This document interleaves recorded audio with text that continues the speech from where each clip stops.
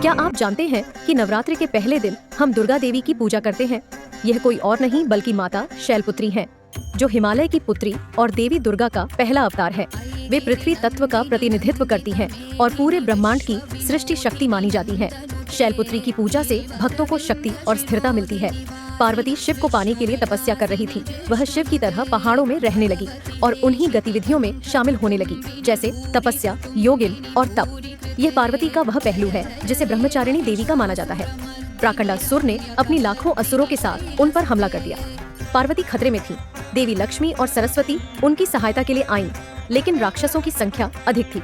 अंत में देवी ब्रह्मचारी के कमंडलू से निकली बाढ़ ने असुरों को बहा दिया। फिर देवी ब्रह्मचारी ने अपनी आंखें खोली और असुरों को भस्म कर दिया। कौन थी वो देवी जिसने शिव के तप में बैठे होने के बावजूद अपने पति और परिवार की रक्षा के लिए अकेले ही एक राक्षस से युद्ध किया?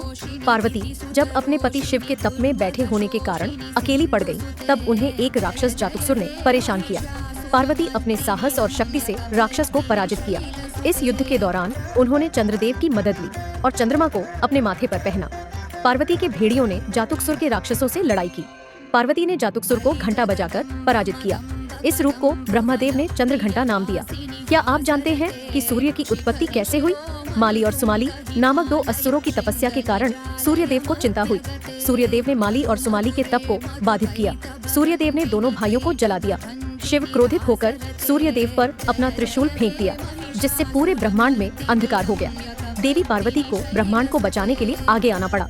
उन्होंने न केवल सूर्य को पुनर्जीवित किया, बल्कि कुष्मांडा देवी का भी जन्म दिया, जो सूर्य के केंद्र में निवास करती हैं और उसे उसकी चमक प्रदान करती हैं। इस रोचक कहानी में और भी कई रहस्य छिपे हुए हैं।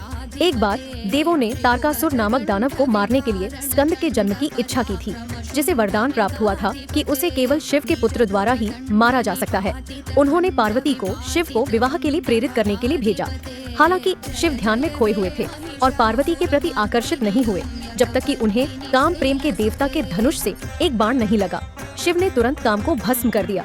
कई वर्षों के संयम के बाद शिव का बीज इतना मजबूत हो गया कि देवों ने परिणाम से डरकर अग्नि के देवता को शिव के पार्वती के साथ कामुक खेल में बाधित करने के लिए भेजा। अग्नि ने प्रकाश की एक किरण प्राप्त किया और इसे गंगा नदी में गिरा। सप्तर्षियों की 6 पत्नियों ने उन्हें अपने गर्भ में रखा और बाद में शरवन सरकंडों के जंगल में 6 कमल के फूलों पर जमा किया। उनसे 6 बच्चे निकले, जो 6 कृतिका द्वारा पाले पोसे गए। फिर ये बच्चे 6 चेहरा भगवान षणमुख या कार्तिकेय बन गए। कहा जाता है कि वह शिवजी और पार्वती के पुत्र थे और वह थे जिन्होंने तारकासुर और उसके 2 अन्य भाइयों सिममुख और सुरपद्म के भाग्य का फैसला किया। एक बार देवताओं पर संकट छा गया था। विष्णु जी के आदेश पर सभी देवताओं ने अपनी शक्ति से एक चमकदार पर्वत बनाया। इस पर्वत से देवी कात्यायनी प्रकट हुई। शिव ने उन्हें अपना त्रिशूल दिया, विष्णु ने सुदर्शन चक्र दिया, वरुण ने शंख दिया, अग्नि ने बाण दिया, वायु ने धनुष दिया, सूर्य ने बाणों से भरा तरकश दिया, इंद्र ने वज्र दिया, कुबेर ने गदा दी, ब्रह्मा ने माला और जलपात्र दिया, काल ने ढाल और तलवार दी, विश्वकर्मा ने युद्ध कुशल और अन्य अस्त्र शस्त्र दिए। उनकी सुंदरता से मोहित होकर महिषासुर उनसे विवाह का अनुरोध करने पर उसने कहा कि उसे युद्ध में जीतना होगा। वह महिष बैल का रूप धारण कर लड़ा। अंत में देवी कात्यायनी अपने शेर से उतरी और महिष के पीठ पर छलांग लगा दी। अपने कोमल पैरों से उसके सिर पर भयंकर ताकत से मारा। अपने त्रिशूल से महिषासुर का वध कर किया। शंभु और निशुंभ नामक राक्षसों ने देवताओं को पराजित कर दिया था। चंड और मुंड शंभु और निशुंभ के सेनापति थे। चंड और मुंड को मारने के लिए चंडी ने कालरात्रि का रौद्र रूप धारण किया और राक्षसों का वध किया। रक्त बीज एक अन्य राक्षस था, जिसे रक्त की हर बूंद से एक और रक्त बीज बनाने का आशीर्वाद प्राप्त था। वह देवी से लड़ने आया, लेकिन देवी ने उसका सारा रक्त पी लिया और उसे मार डाला। रक्त बीज का वध किया। देवी कालरात्रि को कौशिकी, शंभु और निशुंभ को मारने में मदद की। देवी कालरात्रि उग्र हो गई थी कि उन्होंने सभी को मार डालने की शपथ ली थी। देवता भगवान शिव से प्रार्थना करने लगे। शिव जी ने कालरात्रि को रोकने के लिए उनके चरणों में प्रकट होने का फैसला किया। अपने पति को अपने चरणों में देखकर कालरात्रि ने विरह में अपनी जीभ काट ली। अपराध बोध में वह लड़ाई के बारे में भूल गई और इसलिए भगवान शिव ने उसे शांत कर दिया। शिव की पत्नी पार्वती ने शंभु और निशुंभ नामक राक्षसों का वध करने के लिए कई रूप धारण किए। ब्रह्मा की सलाह पर शिव ने पार्वती को चिढ़ाया, काली बुलाया, जिससे क्रोधित होकर पार्वती ने कठोर तपस्या की। ब्रह्मा ने उन्हें वरदान देने की अपनी असमर्थता समझाई और इसके बजाय उनसे अपनी तपस्या रोकने और शंभु और निशुंभ दैत्यों को मारने का अनुरोध किया। पार्वती सहमत हो गई और हिमालय में गंगा नदी में स्नान करने चली गई।